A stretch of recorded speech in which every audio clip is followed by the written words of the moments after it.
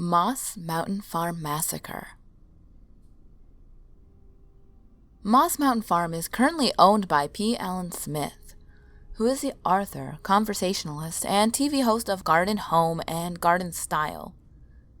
Visitors regularly enjoy the sweeping vistas of the Arkansas River and 1-acre vegetable and lush rose gardens, and tour the eco-friendly 1840s-style farmhouse. But behind all the beauty of the farm, there is a hidden darkness. According to legend, murderous ghosts creep up from the river to terrorize the living. It all started on Halloween of 1819, when a Thomas Nuttall, an English naturalist, and his crew settled in on Moss Mountain.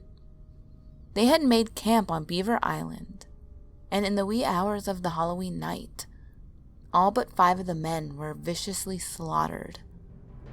It looked like animals had attacked the men, but Thomas swore he saw multiple human forms tearing his men apart, as he and the 4 others barely escaped the massacre.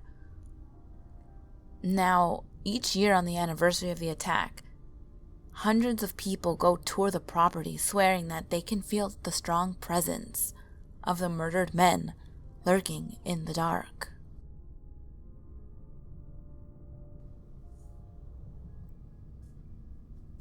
Tower building of the Little Rock Arsenal. Built between 1840 and 1841, it is part of Little Rock's first United States military installation. Since decommissioning, the building has housed 2 local museums. It was home to the Arkansas Museum of Natural History and Antiques from 1942 to 1999, and the MacArthur Museum of Arkansas Military History since 2001 to present day. It has also housed the Little Rock Aesthetic Club since 1894. The building gets its name from its very distinct octagonal tower. But besides being the last remaining structure of the original United States military installation, and one of the oldest buildings in central Arkansas, it was also the birthplace of General Douglas MacArthur, who became the Supreme Commander of the United States forces in the South Pacific during World War II. It was also the starting place of the Camden Expedition during the American Civil War. With a rich history such as that, the location is said to be extremely haunted. There has been everything from disembodied voices and laughter to phantom music to full-bodied apparitions.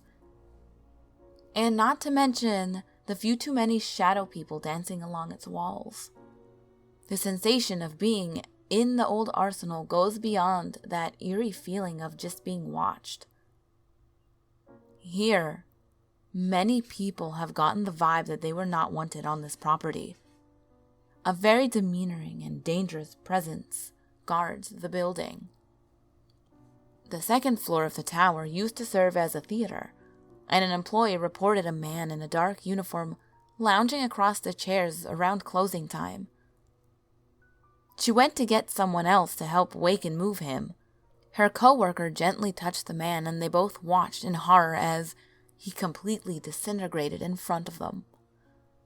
There were 2 soldiers at constant battle with one another in the basement, and semi-transparent men that hang out on the staircase, randomly throwing things at people. Never actually hitting anybody, but he has said he likes to make objects whiz by, just narrowly missing people. On April 25th of 2005, the Spirit Seekers Paranormal Investigation Research and Intervention Team made another visit to the old arsenal, MacArthur Museum, and had some interesting experiences. Pictures taken indicate that there were more spirits outside the museum than inside, through orbs that were caught on camera. Investigators also came in contact with 3 spiritual entities. An investigator and a psychic met a friendly female presence who identified herself as Catherine, who was one of the women who used to play the piano, making the piano music heard earlier on the second floor in the East Room. Another investigator met a male presence near the Jeep display, probably attached to the Jeep or one of the other vehicles. The psychic made contact with yet another male spirit, who told her that he did not normally hang out in this building, but he wanted to come by and see what the investigating team was doing there. Many people who go into this building claim to have had an experience there. So, if you're in Arkansas, I would highly recommend going to visit the Old Arsenal MacArthur Museum.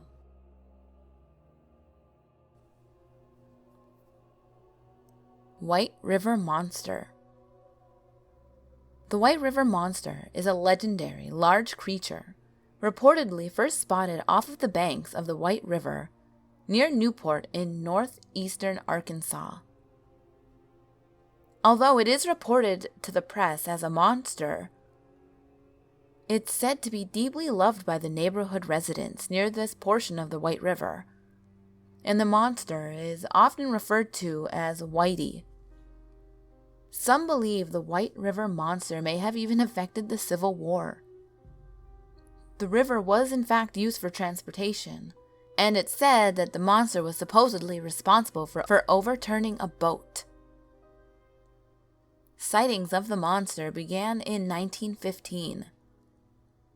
On July 1st of that year, an owner of a plantation near the river saw the monster. He reported it as having gray skin and was as wide as a car and 3 cars long.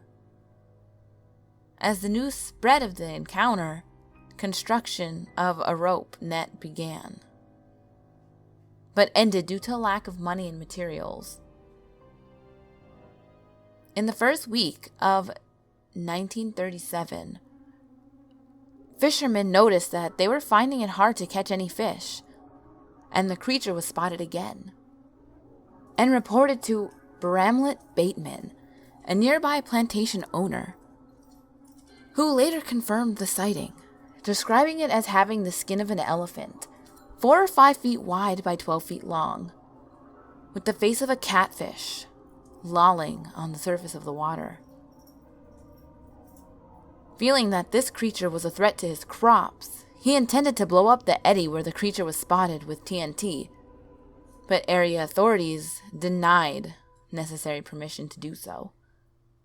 A minor media sensation resulted in visitors from across the nation, some bringing cameras, explosives, and machine guns. And when no more sightings were made, when a plan to capture it with a giant net failed, and when a deep-sea diver failed to find the creature, Bateman was thought to have created a hoax despite over 100 confirmed sightings recorded during a short period of excitement. The White River Monster was sighted again in the summer of 1971.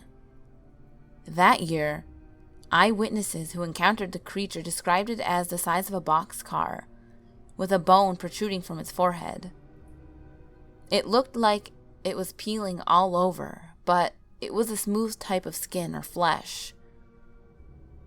It made a strange noise that sounded like a combination of a cow's moo and a horse's neigh. Other accounts of the White River Monster described 3-toed tracks, 14 inches in length, on Towhead Island, leading down to the river through a path of bent trees and crushed bushes.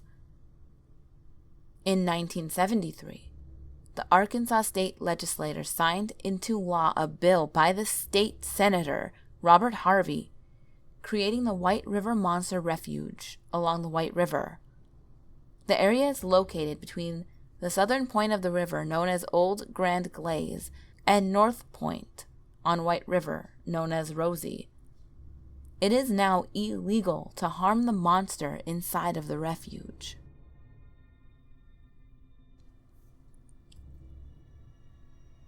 The Hookman. There are a few variations of this tale, but it always starts with a young couple parking in an isolated area, usually referred to as Lover's Lane or Makeout Point. They hear the news bulletin on the radio about an escaped mental patient or murderer with a hook for a hand on the loose in the area. Some variations say the girl wants to leave, so the couple returns immediately. But when they get out of the car at their destination, they discover a bloody hook stuck in one of the car doors. Other variations say the couple stays, then the guy leaves to relieve himself in the woods and never comes back. The girl begins hearing scraping sounds on the roof and exits the car, just to find her date butchered and hanging upside down from a tree, his fingernails scraping the roof. This tale is traced back to the 1950s and is believed to have originated from the real-life Moonlight murders to plague Texarkana in 1946. The mysterious Moonlight murders had the town of Texarkana dreading sundown. Curfews were instituted, and police on both the Arkansas and Texas side of the border spent sleepless nights hunting the elusive phantom killer. They had no idea what he looked like, even though the first two victims survived the attack. The killer wore a bag over his head with eye holes cut out, and killed young couples parked in their cars at night. The killings stopped as quickly as they started, and the killer's identity was never discovered.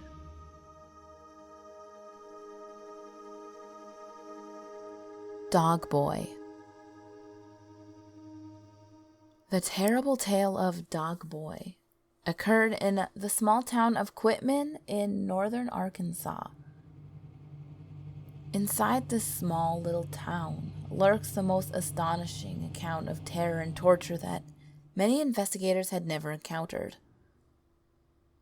Had it not been for the actual newspaper accounts and police records, it would have been hard to fathom the degree of cruelty this man rendered on his parents. Dog Boy earned the name from his exploits at a young age, kidnapping and torturing neighborhood dogs. He was also partial to unleashing his horrible acts upon the feline species as well. While these acts in themselves were quite atrocious, no one would have ever dreamed the nightmares that would ensue.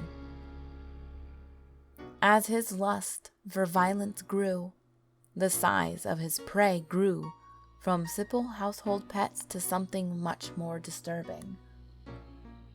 People. What's even more unraveling about this is his eventual descent into the abyss of evil. That was the Dog Boy's human victims weren't faceless acquaintances. The object of his disdain and experimentation fell upon the givers of his own life, his parents. He kept them as prisoners in their own homes, subjecting them to whatever sick and twisted violent acts he fancied. No one is exactly sure how long the abuse lasted. The testimony of the only witness, his mother, was uncertain due to the fragility of her mental capabilities after years of torture that her and her husband had endured. The end of this tale comes with the death of Dog Boy's father. It's reported that he fell from the top of the stairway, breaking his neck and ending his tortured existence. Locals of the small rural community believe that it was the final act of Dog Boy's sick pursuits. They believe that the Dog Boy pushed his father down the stairs. Upon discovery of the body, Arkansas State Police had uncovered the truth of what had been happening and freed his mother.